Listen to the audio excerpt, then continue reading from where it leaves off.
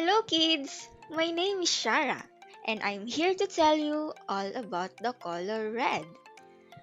Red is a beautiful color that reminds us of love.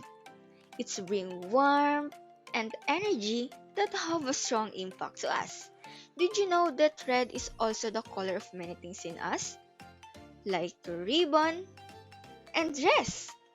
So, the next time you see something red, always remember how warm and joy it is. Have fun exploring the world of red and always remember to stay curious. Bye! Hello kids, my name is Levi and I'm here to tell you all about the color green. Green is a vibrant color that makes us feel at peace. Did you know that green is also the color of our forests? Trees like Nara, Molave, Acacia, and many more.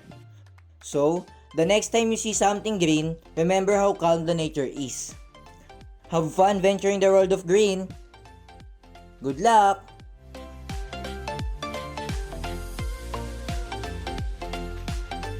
Hello kids! My name is Rodney and I'm here to tell you about the color yellow. Yellow is a bright and energetic color that never fails to bring smile to our faces. Just like the warm and radiant sun, yellow fills our world with light and positivity. It reminds us of the flower, sunny little cheeks to busy bees. Stand out and grab our attention, seen in things like school buses and bananas. The color yellow fills our day with experience and excitement.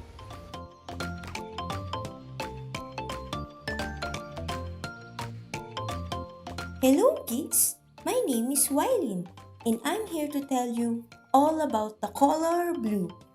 Blue is a beautiful color that reminds us of the sky and the ocean.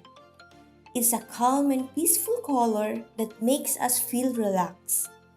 Did you know that blue is also the color of many animals like bluebirds and blue whales? So when you see blue, remember its cool and soothing vibes.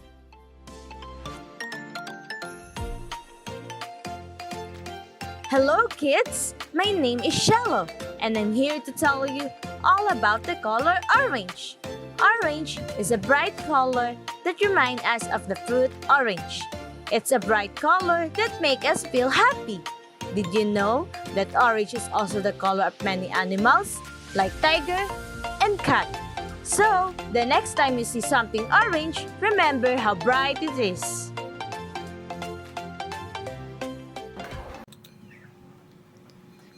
Hello kids, my name is Gab and I'm here to tell you all about the color purple. Purple is a cold color that reminds us of our childhood friend Barney. Did you know that purple is also the color of vegetables like eggplants and fruit like grapes? So, the next time you see something purple, remember how cool it is. Hello kids, my name is Luis and I'm here to tell you all about the color pink. The color pink is named after the flowers called pinks, flowering plants in the genus Diatrus tree. Cherry blossoms only have a pink color when they bloom in the springtime. Because of this, pink is the color most commonly associated with springtime in Japan. Hey kids, now that we learned the different colors, let's have some fun!